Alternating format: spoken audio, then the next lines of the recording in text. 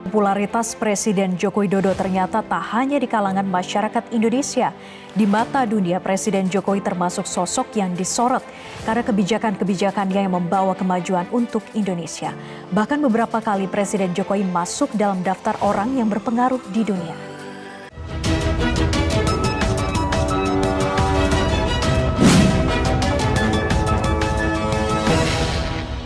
Berarti Presiden Joko Widodo ini cukup luar biasa di mata Anda? Ya, berbanding dengan yang dahulu, saya dapati bahwa sekarang ini di bawah dulu dia nampak Indonesia buat kali pertama lebih maju daripada Malaysia, daripada segi growth-nya, daripada segi kewangannya lebih baik daripada Malaysia. Dan ini saya ingat disebabkan oleh pemerintahan yang faham tentang selok-belok ekonomi. Kita dalam sejarah ketatanegaraan kita belum ada pemerintah sekuat pemerintah Pak Jokowi ini. Bahkan ya, pemerintahan Pak Harto saja tidak sekuat ini. Puncak-puncaknya Pak Harto 74%. Pak Jokowi hari ini 82%. Itu makanya saya katakan tidak ada pemerintahan dalam sejarah Republik ini yang lebih kuat dari pemerintahan Pak Jokowi. Presiden Jokowi yang disebut sebagai presiden terkuat dalam sepanjang sejarah ketatanegaraan kita. Kan artinya Anda mengakui bahwa Pak Jokowi lebih kuat dalam mengelola pemerintahan kita ini. Pak Jokowi berhasil merekrut dukungan politik dari partai-partai politik yang ada di parlemen. Dan saya kira itulah ciri dari sistem pemerintahan presidensial. Ciri pemerintahan presidensial itu memang pemerintah, eksekutif itu harus kuat. Dalam masa peralihan yang sama, diorang telah bertukar 8 presiden dan akhirnya mereka mendapat yang terbaik, Jokowi. Dan hampir majoriti rakyat Indonesia mengagumi Jokowi, menyanjung Jokowi dan menghormati Jokowi. Dengan segala sepak terjang yang piawai di segala bidang, maka dapat dikatakan Jokowi adalah presiden paling sempurna di antara semua presiden. Bahkan mungkin yang akan datang pun sulit untuk melebihinya. Dengan kesempurnaan ini, tak tertutup kemungkinan untuk kembali memimpin Indonesia dengan mendaur ulang UUD 1945 asli, sehingga hanya ada kalimat dapat kembali dipilih tanpa embel-embel sekian periode. Jokowi ini bukan orang yang suka teriak-teriak, bukan bicara yang besar, kerjanya yang besar. Dia tidak perlu cerita kemana-mana, tiba-tiba ada lapangan pekerjaan, dia tidak perlu cerita apa-apa, tiba-tiba ada jalan, pabrik, dan sebagainya. Menurut pengamatan saya, Pak Jokowi hanya berdoa selamatkan Indonesia. Selamatkan Indonesia. Selamatkan Indonesia. Presiden sejak Bung Karno yang darahnya paling merah Jokowi. Yang lain itu agak banyak biru-birunya. Ada unsur birunya. SBY ada unsur birunya juga. Habibie sedikit-sedikit ada birunya. Karena Jokowi seperti saya, bukan anak menteri, bukan anak bangsawan, bukan anak pejabat, bukan anak jenderal, bukan anak orang kaya. Dia sama seperti saya, sama seperti kita yang ada di sini. Bukan anak siapa-siapa. Dan bagus dengan orang-orang. Pilkada pertama itu saya pasti nangis. Pasti.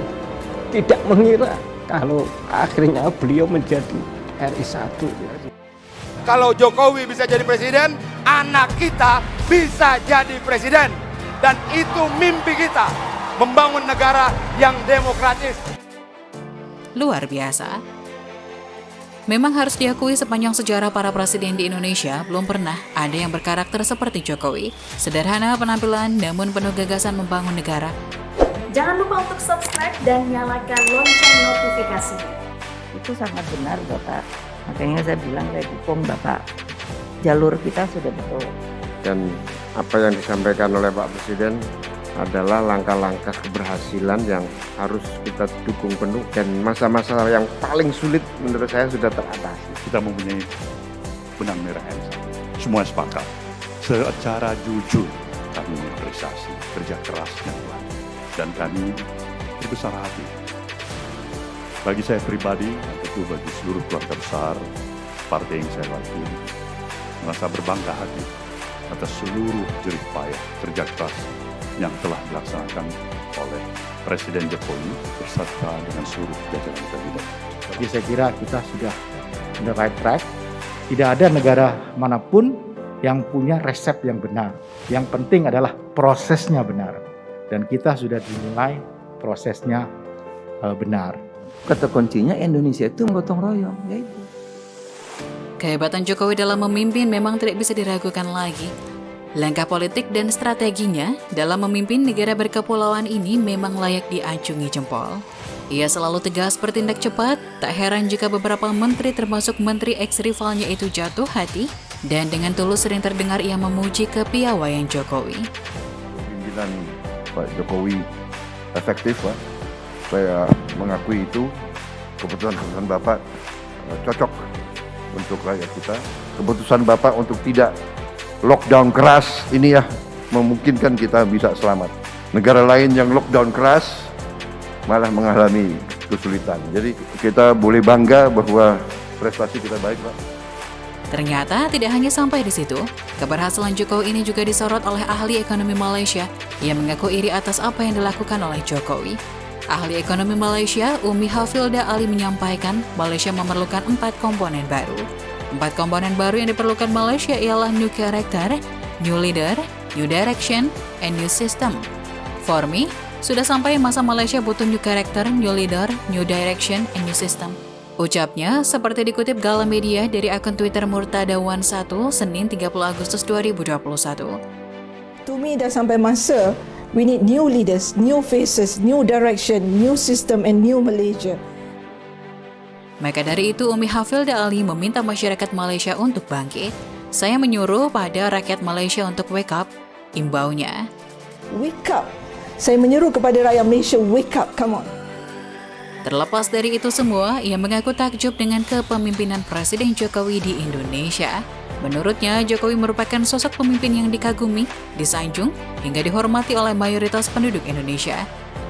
Majoriti rakyat Indonesia mengagumi Jokowi, menyanjung Jokowi dan menghormati Jokowi. Tetapi kita Malaysia, daripada saya darjah 1 sampai saya dah tua bangka hari ni, balik-balik orang yang sama. Apa? 32 juta dah tak ada manusia lain. Kalau di Indonesia, kita kaji, saat COVID-19 ada sampai hari ini, kita tengok di zaman Soeharto, Habibie, Megawati, Gus Dur, Susilo Bambang Yudhoyono, dan Jokowi. Tuturnya. Kalau di Indonesia kita kaji sejarah daripada 98 sampai hari ini, 2021, dalam orang kata jangka masa yang sama, kita tengok daripada Soeharto bertukar kepada Habibie kepada Megawati kepada Gus Dur kepada Bambang Susilo kepada Jokowi. Dari presiden tersebut, mereka dapat presiden terbaik yaitu Jokowi, and majority masyarakat Indonesia mengagumi, menyanjung dan menghormati Presiden Jokowi. Sambungnya. Dalam masa peralihan yang sama, diorang telah bertukar 8 presiden dan akhirnya mereka mendapat yang terbaik, Jokowi. Dan hampir majoriti rakyat Indonesia mengagumi Jokowi, menyanjung Jokowi dan menghormati Jokowi. Ia menilai kondisi di Indonesia saat ini berbeda 180 derajat dengan kondisi Malaysia saat ini. Sementara di Malaysia beda, apakah 32 juta makhluk Malaysia nggak ada yang bisa seperti Jokowi? Tanya dia. Tetapi kita Malaysia, daripada saya darjah 1 sampai saya dah tua bangka hari ni, balik-balik orang yang sama. Apa? 32 juta dah tak ada manusia lain. Anwar, Mahathir, Anwar, Zahid, pusing-pusing kat situ. You know? And Anwar Ibrahim, sampai bila? Kenapa rakyat Malaysia tidak matang? Come on, beri peluang kepada orang baru. Kita tak boleh taksub kepada sipulan-sipulan. No, ketaksuban itu yang menghancurkan bangsa. Ketaksuban itu yang menghancurkan negara. You cannot so taksub pada satu manusia, no. Memang, kehebatan Jokowi tidak ada duanya. Bahkan di negaranya sendiri ia menjadi presiden terkuat selama pemerintahan berlangsung. Para pemimpin partai koalisi yang sudah begitu paham dan mendarah daging di dunia politik dan kepemimpinan kebangsaan, dengan gamblang dan lugas lewat berbagai narasi dukungan telah memuji dan memuliakan segala kebijakan Presiden Jokowi, termasuk dalam penanganan pandemi COVID-19.